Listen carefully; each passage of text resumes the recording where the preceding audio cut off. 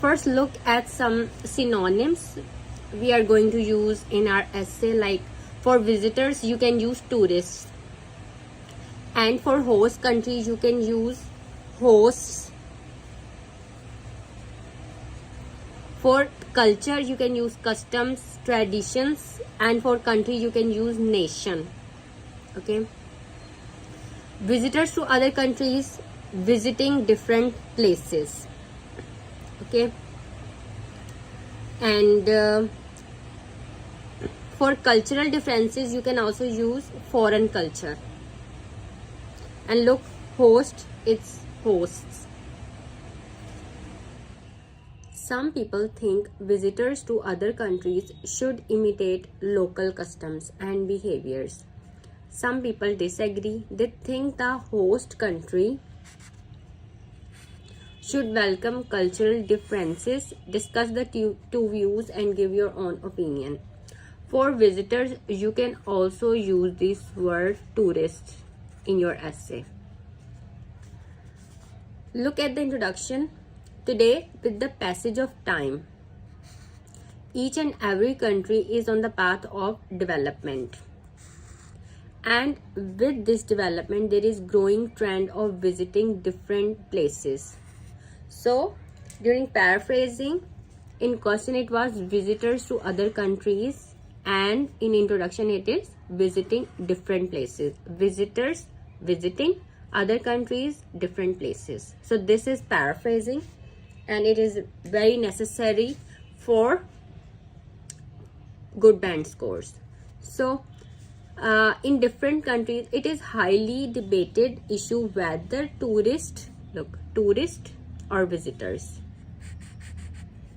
these are synonyms, should do and behave as the people of the host country, or should the host country accept visitors as they are. Both situations have their own pros and cons, which I shall discuss in this essay. So this is our first body paragraph. There are many benefits of adopting host countries' customs. In question, it is host country should welcome cultural differences. So for cultural differences, culture and customs, these are synonyms. There are many benefits of adopting host countries' customs. Firstly, it decreases chances of misunderstanding and embarrassment. For example, in the UK, it is offensive to ask about pay to anyone, which is common in India.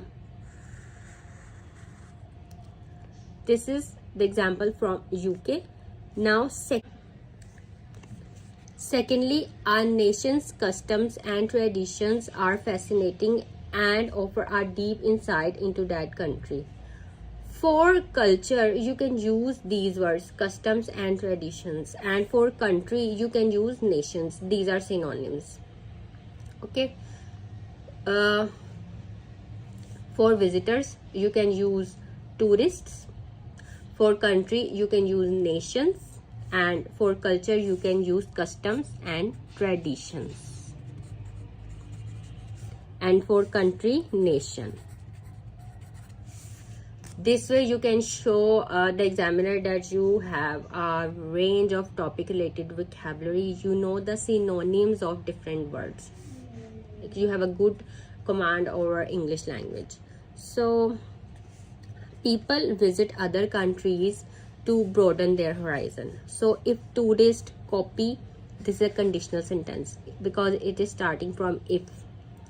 If tourists copy the customs of host country, then they learn more about them, and that too in an interesting way. Finally, visitors established a rapport with local people because people feel respected when their customs are understood and imitated.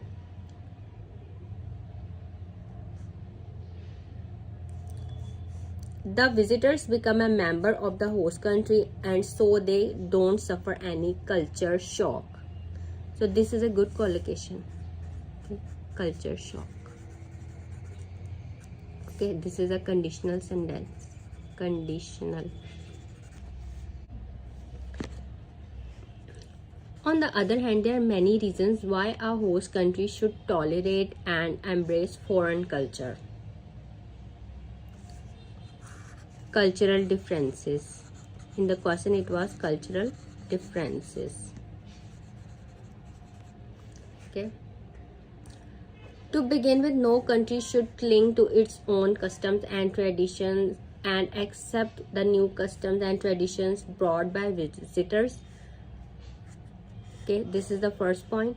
Secondly, there should be no binding on the visitors to adopt the customs and traditions of the host. In the question, it was host country.